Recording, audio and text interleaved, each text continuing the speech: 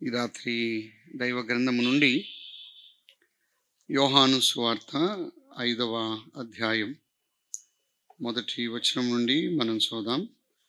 యోహాను సువార్త 5వ అధ్యాయం మొదటి వచనం నుండి. అటు తర్వాత యూదుల పండుగ ఒకటి వచ్చెను గనుక యేసు యెరూషలేమునకు వెళ్ళాను. యెరూషలేములో గొర్రెల ద్వారము దగ్గర హెబ్రీ భాషలో బెతెస్దా అనబడిన ఒక కోనేరు కలదు. దానికి 5 మంటపములు కలవు. ఆయా సమయములకు దేవదూత కోనేటిలోనికి దిగి నీళ్లు కదిలించుట కలదు. నీరు కదిలింపబడిన పిమ్మట మొదట ఎవడు దిగునో వాడు ఎట్టి వ్యాధి గలవాడినైనను బాగుపడును గనుక ఆ మంటపములలో రోగులు, గుడ్డివారు, కుంటివారు, ఊచ కాలు చేతులు గలవారు గుంపులుగా పడి ఉండిరి. అక్కడ 38 ఏండ్ల నుండి వ్యాధి గల ఒక మనుషుడుండెను. యేసు వాడు పడి ఉండట చూచి వాడప్పటికి బహుకాలము నుండి ఆ స్థితిలో ఉన్నాడని ఎరిగి, స్వస్థపడగోరుచున్నావా అని వాడిని అడుగ్గా, ఆ రోగి, అయ్యా, నీళ్లు కదిలింపబడినప్పుడు నన్ను కోనేటిలోనికి దించుటకు నాకు ఎవడునూ లేడు గనుక నేను వచ్చినంతలో మరొకడు నాకంటే ముందుగా దిగునని ఆయనకు ఉత్తరమిచ్చెను. యేసు, నీవు లేచి నీ పరుపెత్తుకొని నడుమని వానితో చెప్పగా, వెంటనే వాడు స్వస్థత నొంది తన పరుపెత్తుకొని నడిచెను. యోహాను సువార్త అనేది ఒక ప్రేమ సువార్త. యోహాను సువార్తలో క్రీస్తు ప్రభు యొక్క ప్రేమను ఎక్కువగా మనం చూడగలుగుతూ ఉన్నాం. యోహాను సువార్తలో విశ్వాసము అనే మాట, యోహాను సువార్తలో సత్యము అనే మాట, యోహాను సువార్తలో ప్రేమ అనే మాట ఎక్కువ సార్లు కనబడుతూ ఉన్నది. అసమానమైనటువంటి క్రీస్తు ప్రభు యొక్క ప్రేమ యోహాను సువార్తలో ఉన్నది. యోహాను సువార్తలో అన్ని కొరతలు ఉన్నాయి, కొదువులు ఉన్నాయి, అవసరాలు ఉన్నాయి. కానీ వాటన్నిటినీ తీర్చినటువంటి వాడు ప్రభు అయినటువంటి యేసుక్రీస్తు వారు.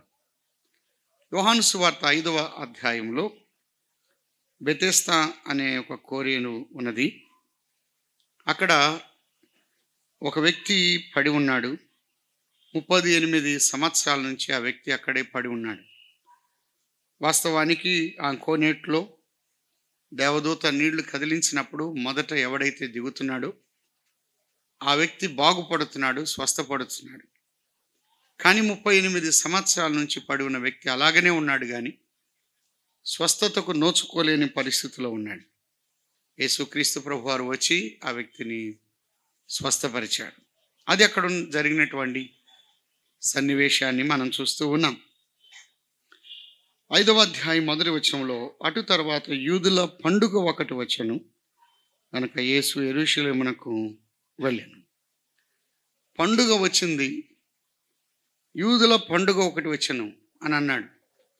సంవత్సరము పండుగలు వస్తూ ఉన్నాయి, అవి పోతూ ఉన్నాయి. కానీ ఎన్ని పండుగలు వచ్చినా ఈ వ్యక్తి యొక్క జీవితాన్ని ఏ పండుగ కూడా మార్చలేదు. మానవుని యొక్క జీవితాన్ని పండుగలు మార్చలేవు. మానవునికి అందుకే లోకమంతా పండుగగా ఉంది, కానీ ఆ వ్యక్తికి పండుగ లేదు. చాలాసార్లు పండుగ దినాన డబ్బు పోయిన సందర్భాలు ఉన్నాయి, ప్రాణాలు పోయిన సందర్భాలు ఉన్నాయి, పండుగ దినాన నష్టపోయిన సందర్భాలు ఉన్నాయి, తగాదా జగడము గొడవలాడిన సందర్భాలు ఉన్నాయి. కానీ పండుగ దినాన ఆ వ్యక్తి జీవితం అలాగనే ఉంది. దాని భావం, ఏ పండుగ ఏ వ్యక్తిని మార్చలేదు, ఏ పండుగ ఏ వ్యక్తికి రక్షణ ఇవ్వలేదు, ఏ వ్యక్తికి మేలు లేదు. ఆ వ్యక్తికి వచ్చినటువంటి ప్రతి పండుగ అందరూ ఆనందిస్తున్నారు, కానీ ఈ వ్యక్తి మాత్రం అలమటిస్తూ ఉన్నాడు. రోదనతో, బాధతో, వేదనతో ఉన్నాడు. పండుగలు మార్చలేవు. రెండవది ఒక మాట అన్నాడు 2వ వచనంలో, అక్కడ యెరూషలేములో గొర్రెల ద్వారము దగ్గర హెబ్రీ భాషలో బెతెస్దా అనబడిన ఒక కోనేరు కలదు. దానికి 5 మంటపములు కలవు అని అన్నాడు. బెతెస్దా అంటే కనికరము లేదా కరుణ, కటాక్షము, జాలి అని అర్థం. ఆ కోనేరు పేరు బెతెస్దా, కనికరము. కానీ అక్కడ ఈ వ్యక్తికి ఏమి దొరకలేదు? కనికరము దొరకలేదు. చాలా స్థలాల్లో కనికరము అన్న పేరు కలిగినవి ఉన్నాయి, జాలిగలవాడు అన్న పేరు కలిగినవి ఉన్నాయి. కానీ ఆ వ్యక్తి జీవితంలో ఏమాత్రము కూడా కనికరమును నోచుకోలేని పరిస్థితిలో ఉన్నాడు.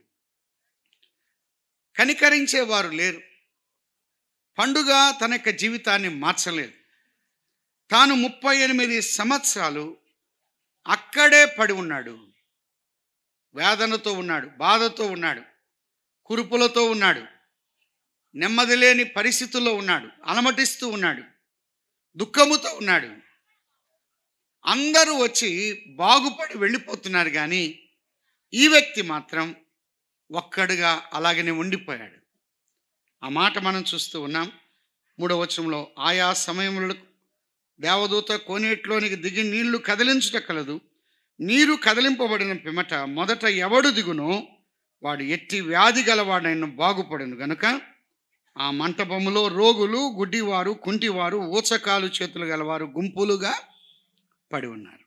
అంటే ఆ కోనేడు దగ్గర ఎవరున్నారంటే వ్యాధి గలవారు ఉన్నారు, రోగులు ఉన్నారు, కుంటివారు ఉన్నారు, ఊచకాలు చేతులు గలవారు ఉన్నారు.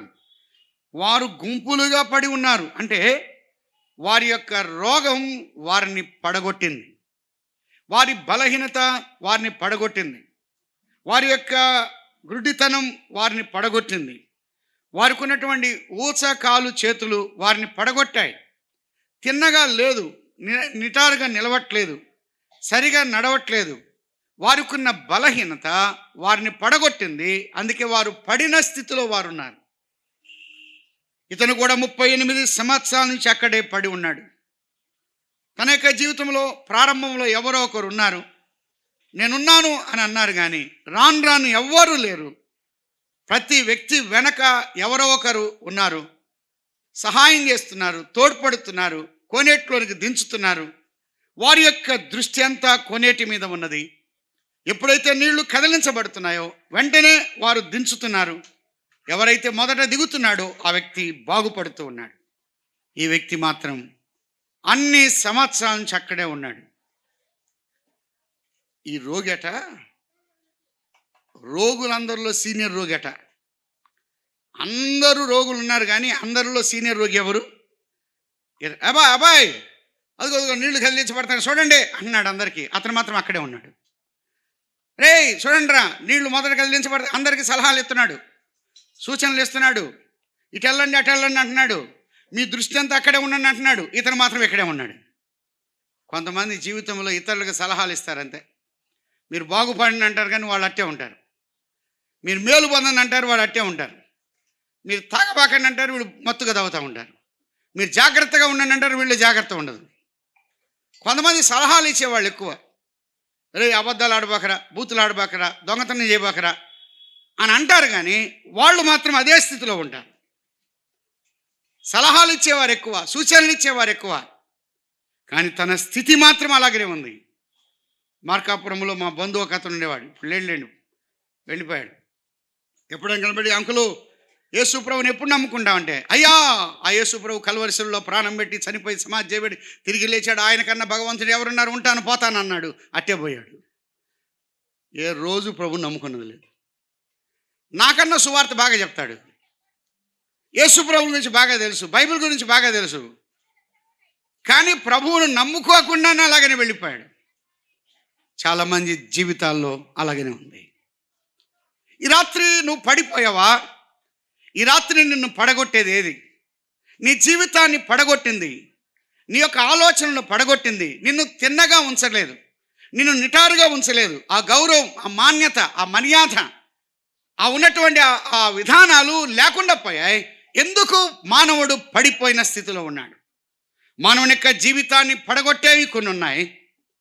ఏవి పడగొడుతూ ఉన్నాయి? ఉదాహరణకు ఒక వచనాన్ని మనం చదువుకుందాం. ఆ దైవ గ్రంథం నుండి సామెతల గ్రంథం 28వ అధ్యాయం 18వ వచనం.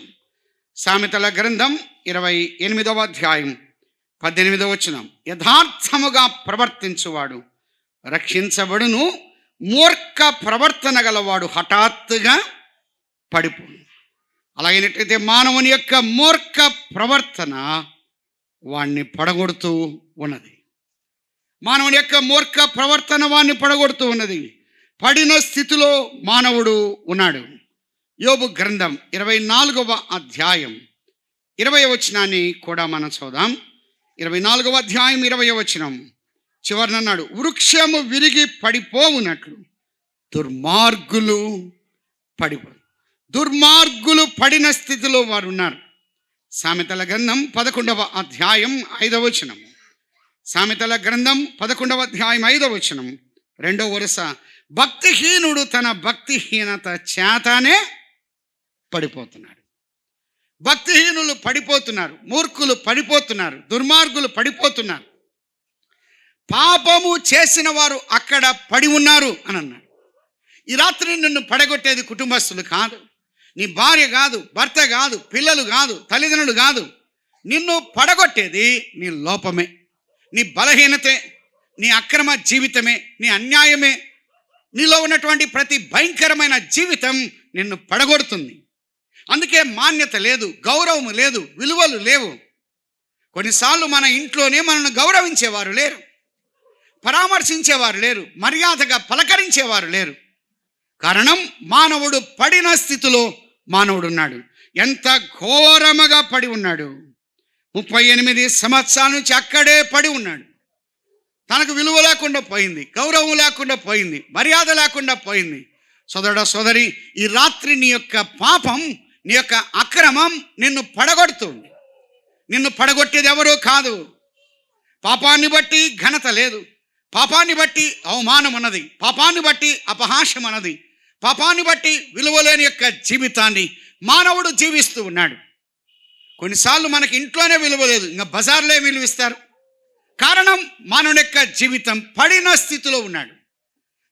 తన యొక్క జీవితంలో పడిపోయి ఉన్నాడు. తను లేవలేని పరిస్థితిలో ఉన్నాడు, నడవలేని పరిస్థితిలో ఉన్నాడు, ముందుకు సాగలేని పరిస్థితిలో ఉన్నాడు. ఎంత దుర్భర జీవితాన్ని అనుభవిస్తున్నాడు. చాలా సంవత్సరాల కిందట మాకు చర్చి ఎబినేజర్ చర్చి గ్రౌండ్ ఉంది, అక్కడ మీటింగ్ జరుగుతున్నాయి.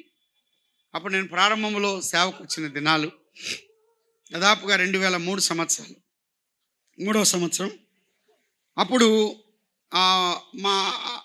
ఆ ప్రాంతంలో ఒక డాక్టర్ గారు ఉండేవారు. ఆయన సివిల్ సర్జన్. అతను పగలంతా హాస్పిటల్కి వెళ్ళి ఆపరేషన్లు చేసి తన ఇంటికి సాయంకాలం వచ్చేవాడు. అలాగా ఒక వైద్య వృత్తి అంటే గౌరవప్రదమైంది. పైగా ఆపరేషన్లు చేస్తున్నారంటే అతనికి మంచి విలువ మర్యాద ఉన్నది.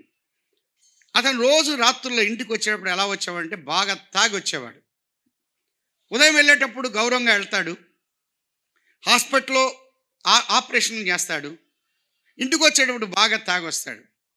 ఒక రోజున ఆ గ్రౌండ్లో మాకు మీటింగ్ అయిపోయాయి, భోజనాలు జరుగుతూ ఉండగా అంతా అయిపోవచ్చింది.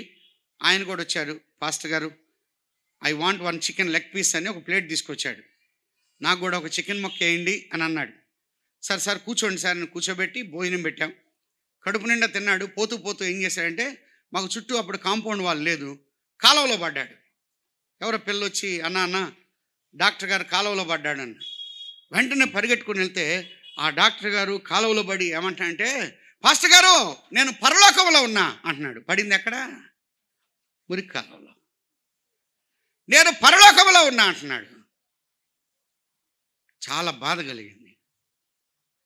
వాళ్ళ భార్య కుమార్తె వచ్చి ఏడుస్తూ తీసుకొని వెళ్తున్నారు. డాక్టర్, సివిల్ సర్జన్, గౌరవప్రదమైనటువంటి ఉద్యోగం కలిగిన వాడు. తన యొక్క తాగుడు తనను పడగొట్టింది. తన యొక్క భయంకరమైన స్థితి తన విలువ లేకుండా చేసింది. తాను పడిన స్థితి ఎంత దుర్భరంగా పడిపోయాడు. సోదరుడా సోదరి, యొక్క రాత్రి సమయంలో నీకు ఉద్యోగం ఉండవచ్చు, ఆస్తిపాస్తులు ఉండవచ్చు, విద్య ఉండవచ్చు, పలుకుబడి ఉండవచ్చు, మంది మార్బలం ఉండవచ్చు, తగిన జ్ఞానం ఉండవచ్చు, ఐశ్వర్యం ఉండవచ్చు, కావలసినటువంటి స్థితిగతులు ఉండొచ్చు. కానీ నీ యొక్క పాపం నిన్ను పడగొడుతుంది. నీ యొక్క లోపం నిన్ను పడగొట్టేది బజారు వాళ్ళు కాదు, నిన్ను పడగొట్టేది బయటి వారు కాదు. నిన్ను పడగొట్టేది నీ యొక్క పాపమే. ఈ రాత్రి నువ్వు ఏ స్థితిలో పడిపోయి ఉన్నావో అది నీకు దేవునికి తెలుసు. పడినటువంటి ఆ వ్యక్తిని అలాగనే ఉండిపోయాడు. గమనించండి, తన చూపు అంతా దేని మీద ఉంది? కోనేటి మీద ఉంది. తన చూపు అంతా కోనేటి మీద ఉంది. నా పరిస్థితి ఇంతేనా? నన్ను లేపేవారు లేరా? బాగు చేసేవారు లేరా? నన్ను పట్టించుకునేవారు లేరా? నన్ను అర్థం చేసుకున్నవారు లేరా? నా దగ్గరకు వచ్చి ప్రేమతో పిలిచిన వారు లేరా? పలకరించిన వారు లేరా? చాలామంది కుటుంబాల్లో ఇదే వేదన ఉన్నది. నా తల్లి నన్ను పట్టించుకోదు, నా తండ్రి నన్ను పట్టించుకోరు, నా భర్త నన్ను పట్టించుకోరు, నా భార్య నన్ను పట్టించుకోదు, నా పరిస్థితి ఇలాగనే ఉండిపోవాలా? చాలామంది యవనస్తులు స్ట్రగుల్ అవుతున్నారు. చాలామంది యొక్క జీవితంలో ఆ పాపము చేత నెమ్మది లేని పరిస్థితిలో ఆ యొక్క వ్యక్తి 38 సంవత్సరాలు తిండికి దూరమయ్యాడా, సుఖానికి దూరమయ్యాడా, ఆప్యాయతకు దూరమయ్యాడా, ఆదరణకు దూరమయ్యాడా, ఆనందానికి దూరమయ్యాడా, పలకరింపునకు దూరమయ్యాడా, ప్రేమించేవారు లేరా, ఒంటరితనాన్ని తను అనుభవిస్తూ ఉన్నాడా? నా యొక్క పరిస్థితి నన్ను ఎవ్వరు లేరు, నేను ఇలాగనే ఉండిపోతున్నాను. యేసుక్రీస్తు ప్రభువారు దగ్గరకు వచ్చి, బాబు నువ్వు స్వస్థపడగోరుచున్నావా అని అంటే ఆ వ్యక్తి ఒక మాట అన్నాడు. 5వ అధ్యాయం 7వ వచనంలో, ఆ రోగి, అయ్యా నీళ్లు కదిలింపబడినప్పుడు నన్ను కోనేట్లోనికి దించుటకు నాకు ఎవడును లేడు. అందరికీ ఎవరో ఒకరు ఉన్నారయ్యా, నాకు మాత్రం ఎవడు లేడు. నన్ను కోనేట్లోనికి దించుటకు నాకు ఎవడు లేడు అని అన్నాడు. యెషయా గ్రంథం ఒక వచనాన్ని మనం చదువుదాం. యెషయా గ్రంథం 63వ అధ్యాయం 5వ వచనం. 63:5. నేను చూచి ఆశ్చర్యపడి తిని, సహాయము చేయువాడు ఒకడును లేకపోయాడు, ఆదరించువాడు ఎవడును లేకపోయాడు. సందర్భం వేరైనా కొన్ని పరిస్థితులు ఎలా ఉన్నాయంటే, సహాయం చేసేవాడు లేడు, ఆదరించేవాడు లేడు. కీర్తనలో ఒక వచనాన్ని మనం చూద్దాం. 142వ కీర్తన 4వ చరణం. 142:4. నా కుడి ప్రక్కన నిదానించు చూడుము, నన్ను ఎరిగిన వాడు ఒకడును నాకు లేకపోయిను, ఆశ్రయమేది నాకు దొరకలేదు, నా ఎడల జాలిపడువాడు ఒకడును లేడు. జాలిపడేవాడు లేడు, సహాయం చేసేవాడు లేడు, ఆదరించేవాడు లేడు. ఇర్మియా గ్రంథం 30వ అధ్యాయం 13వ వచనం. ఇర్మియా గ్రంథం 30వ అధ్యాయం 13వ వచనంలో అన్నాడు చివరన, కాగా నీ పక్షమున వ్యాజ్యమాడువాడు ఎవడును లేడు. నీ పక్షాన వ్యాజ్యమాడేవాడు లేడు, అనగా న్యాయము తీర్చేవాడు లేడు, సహకరించేవాడు లేనే లేడు. 49వ కీర్తన 8వ చరణం. 49వ కీర్తన 8వ చరణం. వాడు కుళ్ళు చూడక నిత్యము బ్రతుకున్నట్లు వాని నిమిత్తము దేవుని సన్నిధిన ప్రాయశ్చిత్తము చేయగలవాడు ఎవడును లేడు. ప్రాయశ్చిత్తము చేసేవాడు లేడు, జాలిపడేవాడు లేడు, సహాయం చేసేవాడు లేడు, ఆదరించేవాడు లేడు, అర్థం చేసుకున్నవాడు లేడు, తోడ్పడ్డవాడు లేడు. సోదరుడా సోదరి, ఈ రాత్రి నీ జీవితంలో సహకరించేవారు లేరా? అర్థం చేసుకున్నవారు లేరా? తోడ్పడ్డవారు లేరా? జాలిపడ్డవారు లేరా? నీ యొక్క పాప స్థితిని బట్టి నీ పట్ల ఆప్యాయత చూపించిన వారు లేరా? మన యొక్క జీవితంలో ఒక వ్యక్తి తప్పు చేస్తుంటే 10 మందికి చెప్పేవాళ్ళు ఉన్నారు, ప్రచారం చేసేవారు ఉన్నారు, వాళ్ళ కూతురు అట్లా, వాళ్ళ కొడుకు అట్లా అని చెప్పేవాళ్ళు ఉన్నారు, ఇతరుల గురించి విమర్శించేవారు ఉన్నారు.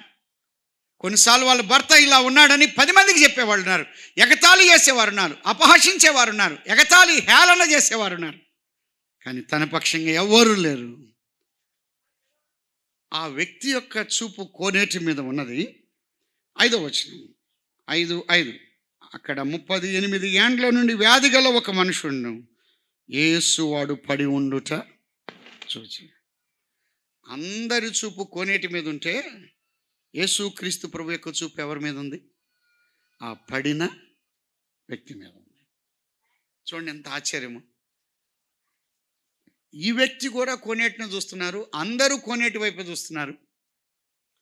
కానీ యేసుక్రీస్తు ప్రభువారు అతడు వాడు పడి ఉండుట చూచి, అమ్మాయ ఈ రాత్రి ప్రభు అయినటువంటి యేసుక్రీస్తు వారు ఎవరంటే ఆయన అందరి హృదయములను ఎరిగి ఉన్న దేవుడు. ఆయనకు మరుగైనది ఏదీ లేదు. నువ్వు ఏ స్థితిలో పడి ఉన్నావో, నీవు పడి ఉండుట ఆయన చూస్తున్నాడు. అతనుకు నిద్రకు దూరం అయిపోయాడు. ఆ రోగాన్ని బట్టి నిద్రకు 38 సంవత్సరాలు అలా ఉన్నాడంటే కురుపులు ఉన్నాయా? తనకున్న పరుపు వాసన కొడుతుందా? శుభ్రతకు దూరం అయిపోయాడు. నెమ్మది లేదు. తన దగ్గర ఒక భయంకరమైన దుర్వాసన ఉన్నది. 1-2 రోజులు స్నానం చేయకపోతేనే వాసన. 38 సంవత్సరాలంటే నా మూర్ఖతను బట్టి ఏర్పడిన నా గాయములు దుర్వాసన అవి సేవిస్తూ ఉన్నాయి. మానవుడి యొక్క పాప వాసన అది దుర్వాసన సేవిస్తూ, తన యొక్క వాసన తనకు భయంకరంగా ఉంది. యోబు గ్రంథంలో అన్నాడు, నాకు నేనే భారముగా ఉన్నాను అని చెప్తున్నాడు. ఆ వాసనతో తట్టుకోలేకపోతున్నాడు. ఆ వాసన భరిస్తూనే ఉన్నాడు. నిద్రకు దూరమయ్యాడు, బంధువులకు దూరమయ్యాడు, సుఖానికి దూరమయ్యాడు, ఆహారానికి దూరమయ్యాడు. ఒకవేళ బక్కచిక్కిపోయాడా, బలహీనుడైపోయాడా, గడ్డం పెరిగిపోయిందా, వెంట్రుకలన్నీ అట్టగట్టిపోయాయా, కురుపులు తన యొక్క వీపున ఉన్నాయా, వాటన్నిటి చేత వేదనతో ఉన్నాడు.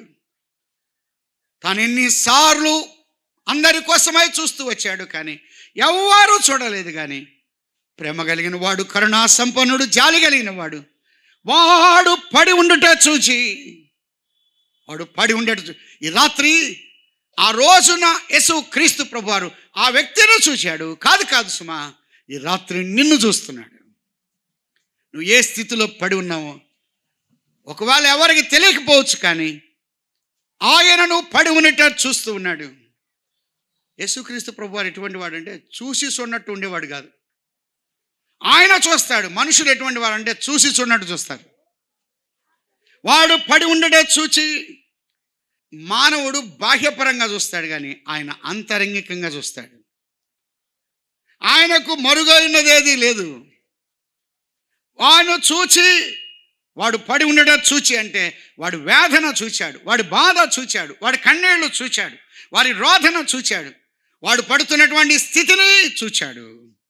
వాడు పడి ఉండుట చూచి, అమ్మాయ ఎవరు నిన్ను చూడకపోవచ్చు, చూసే ప్రభు ఉన్నాడు, ప్రేమించే ప్రభు ఉన్నాడు, జాలిగల ప్రభు ఉన్నాడు, కరుణించే ప్రభు ఉన్నాడు.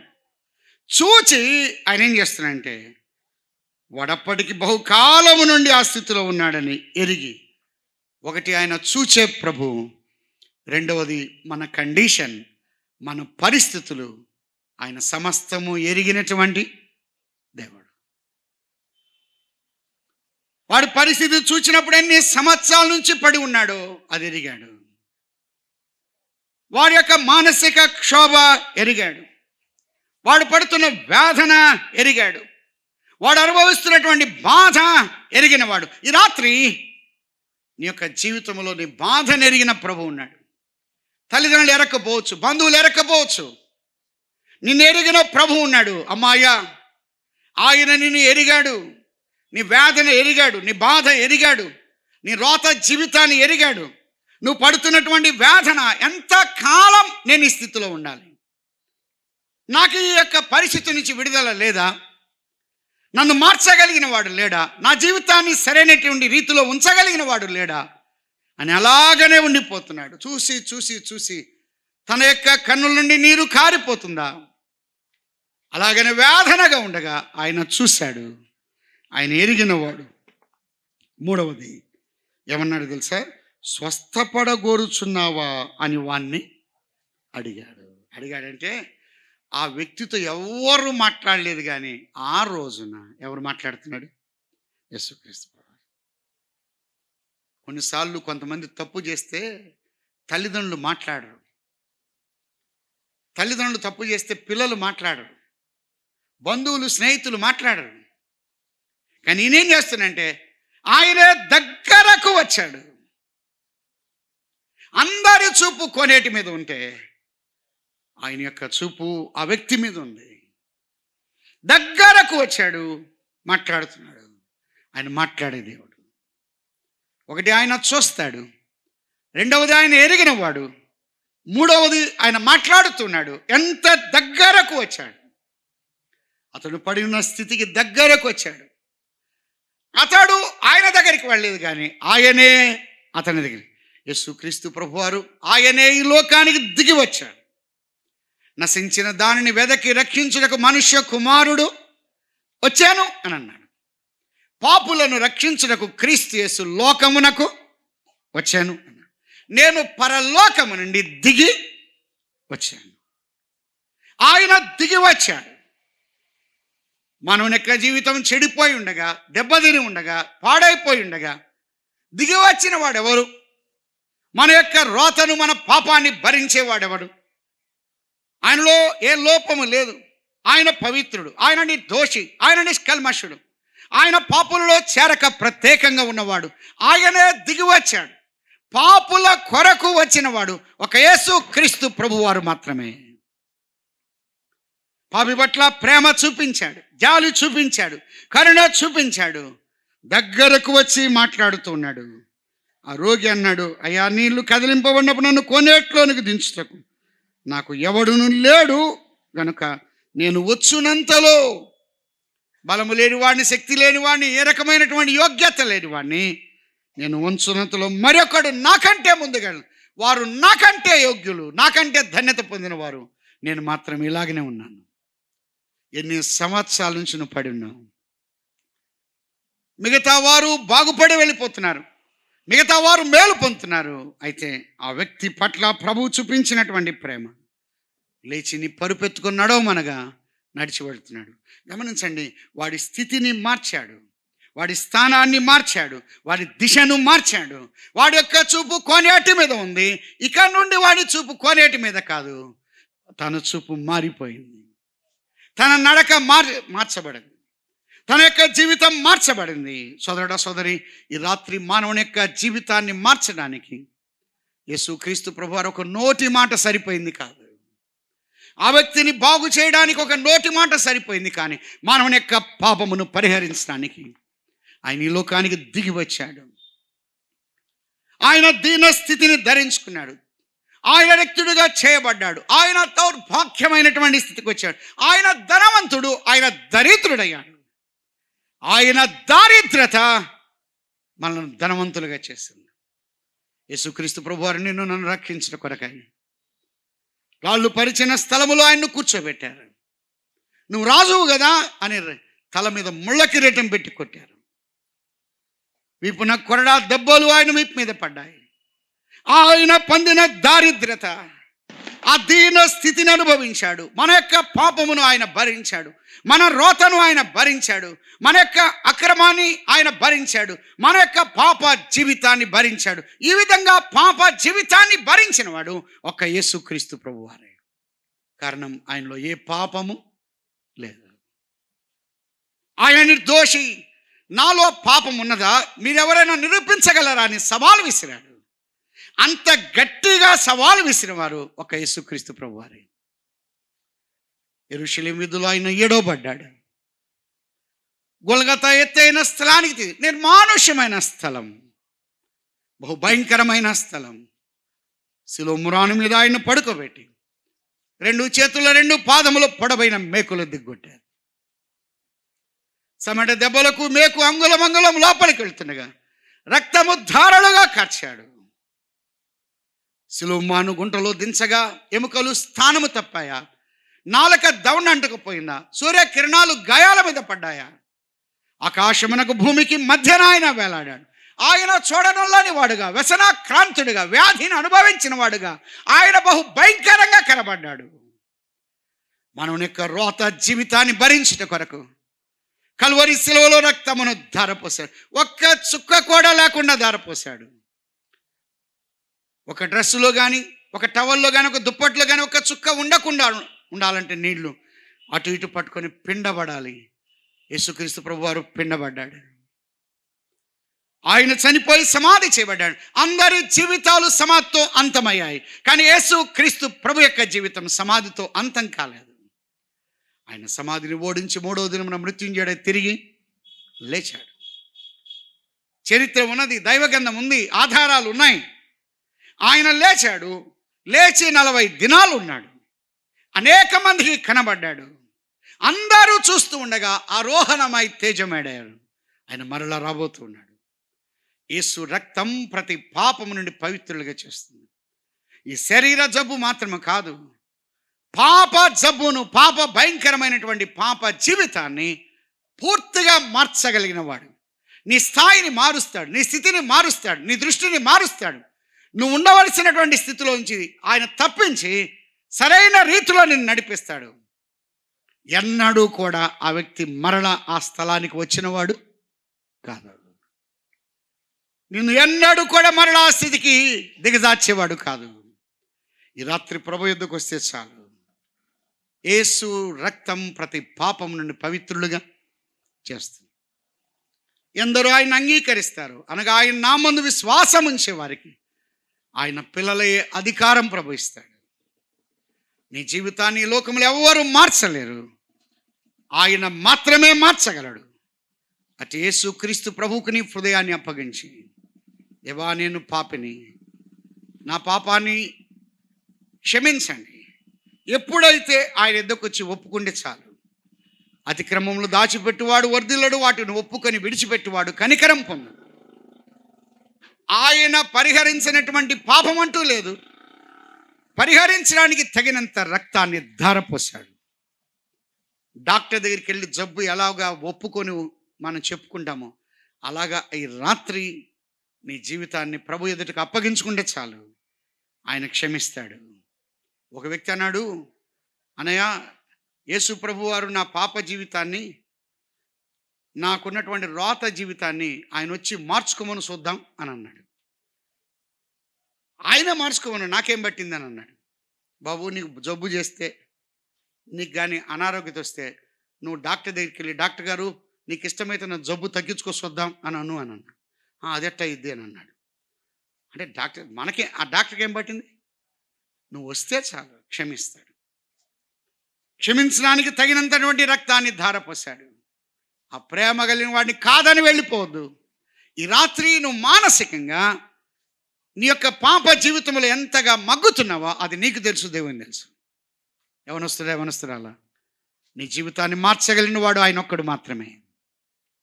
ఆయన యందు విశ్వాసం ఉంచితే చాలు, ఎంత ఘోర పాపినైనా ఆయన క్షమిస్తాడు. పౌలు అన్నాడు, పాపులందరిలో ప్రధాన పాపిని కనికరించబడితిని. ఆయన దగ్గర కనికరం ఉన్నది, ఆయన దగ్గర జాలి ఉన్నది. పండుగలు మార్చలేదు కానీ ప్రభు మార్చాడు. బెతెస్దా దగ్గర కనికరం అనే పేరుంది కానీ ఆయన కనికరం కలిగిన వాడు, ఆయనే కొనేటిగా వచ్చి మార్చగలిగిన వాడు. ఈ రాత్రి నీ జీవితాన్ని మారుస్తాడు, నీ నడకను మారుస్తాడు, నీ బుద్ధిని మారుస్తాడు, నీ విధానాలు మారుస్తాడు. ఆయన మారుస్తే ఇంకా పొందే సంతోషం ఇంత కాదు. ఆ వ్యక్తి అన్ని సంవత్సరాల నుండి పొందని ఆనందాన్ని ఒక్క రోజులో పొందగలిగాడు. ఇంత కాలము నువ్వు ఎంత నష్టపోయావో సరిగదా, ఈ రాత్రి ప్రభు యొద్దకు వస్తే చాలు, నీ జీవితాన్ని పూర్తిగా మారుస్తాడు. మరొక వర్తమానం అనుభవజ్ఞులైనటువంటి తండ్రి లాంటి వారు అందిస్తూ ఉండగా మనం విందాం. చిన్న మాట ప్రార్థన చేద్దాం. దయగల దేవా, మీ ప్రేమ అపారమైనది. మీరు ప్రేమించినట్టుగా ఎవరు ప్రేమిస్తున్నారు? ఆ వ్యక్తిని వెంటాడారే, ఆ వ్యక్తి జీవితాన్ని మార్చారు. దేవా, అల్పులమై పాపులమై దౌర్భాగ్యులమైన మా జీవితాలు మార్చడానికి ఈ లోకానికి మీరు దిగి వచ్చారు. ఇంకా నమ్మని వారు ఎవరైనా ఉన్నట్లయితే ఈ రాత్రి మీ అందు విశ్వాసం ఉంచడానికి మీ కృప చూపించండి. మీ దగ్గర ప్రేమ, మీ దగ్గర జాలి, మీ దగ్గర కరుణ, మీ దగ్గర కనికరం ఉన్నది.